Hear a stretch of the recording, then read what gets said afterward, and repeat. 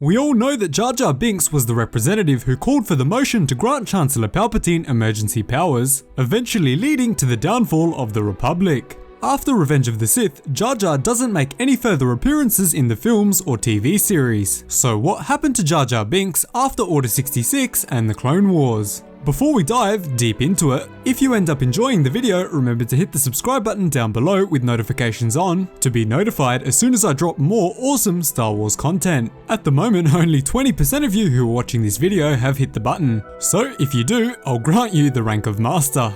Only days before the Empire was formed, Jar Jar Binks was present when Anakin delivered Palpatine the Petition of 2000. If you want to know more about the Petition of 2000, I have a video on that which I'll link in the comments down below.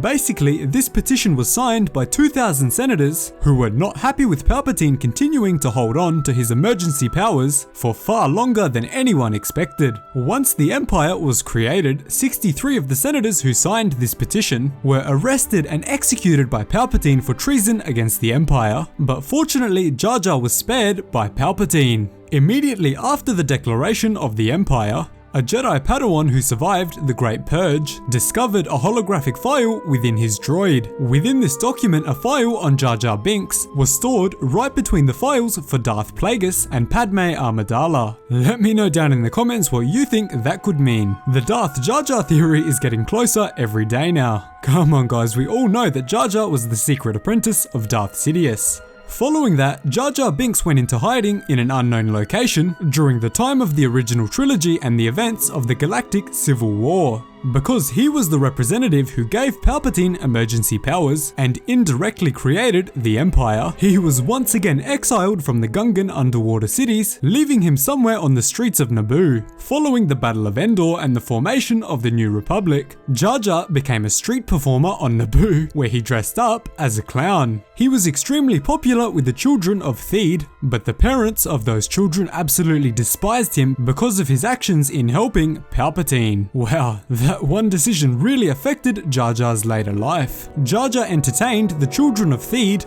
by performing tricks with his tongue, juggling glombo shells, and spitting fish into the air before catching them. About 5 years after the Battle of Endor, a boy named Mapo met Jar Jar while he was performing in Theed. This young boy was a member of a local orphanage in the nearby town. He had bright red burn marks all over his body after being badly scarred in an Imperial attack on his house in the Mid-Rim. Because of his absolutely hideous burns, no other children on Naboo were willing to talk to him, and even more sadly, no parents were willing to adopt him. After Jar Jar performed some tricks for the boy, he asked him where he came from. The boy told Jar Jar the story about how the Empire destroyed his home and killed both of his parents. Jar Jar could relate to this boy because they were both exiled and hated by their communities. Binks then revealed to the boy that he was an outcast of the Gungan people because many of them believed that he had helped the Empire to be created, which indirectly he actually did. The boy told Jar Jar that every single person on Naboo knew who he was, and every single person blamed him for the rise of the Empire except the young boy. The boy said that he did not believe that Jar Jar helped Palpatine and urged Jar Jar to continue doing what he loved. Jar Jar then adopted this young boy and promised to teach him how to become a clown. Very nice ending to that story, and I think there's a lot of potential for additions to it. There are also massive rumors that he will show up in the Obi-Wan Kenobi series on Disney+, but we'll just have to wait and see for that one. To end off his story, Jar Jar was mentioned by a member of the Wheels of the Force, who were the ones that wrote the Journal of the Whills. George Lucas's sequel trilogy would have covered the story of the Whills if Disney did not buy Star Wars back in 2014. This member of the Whills stated that Jar Jar was an extremely important figure in galactic history and would be someone long remembered for his actions in the Senate. So that is exactly what happened to Jar Jar Binks after Order 66 and the Clone Wars. I really hope that the story of where Jar Jar was during the original trilogy is covered in future content like the Kenobi series. Thanks so much for watching. Remember to subscribe to the channel if you enjoyed. Cheers guys, hope to see you in the next one.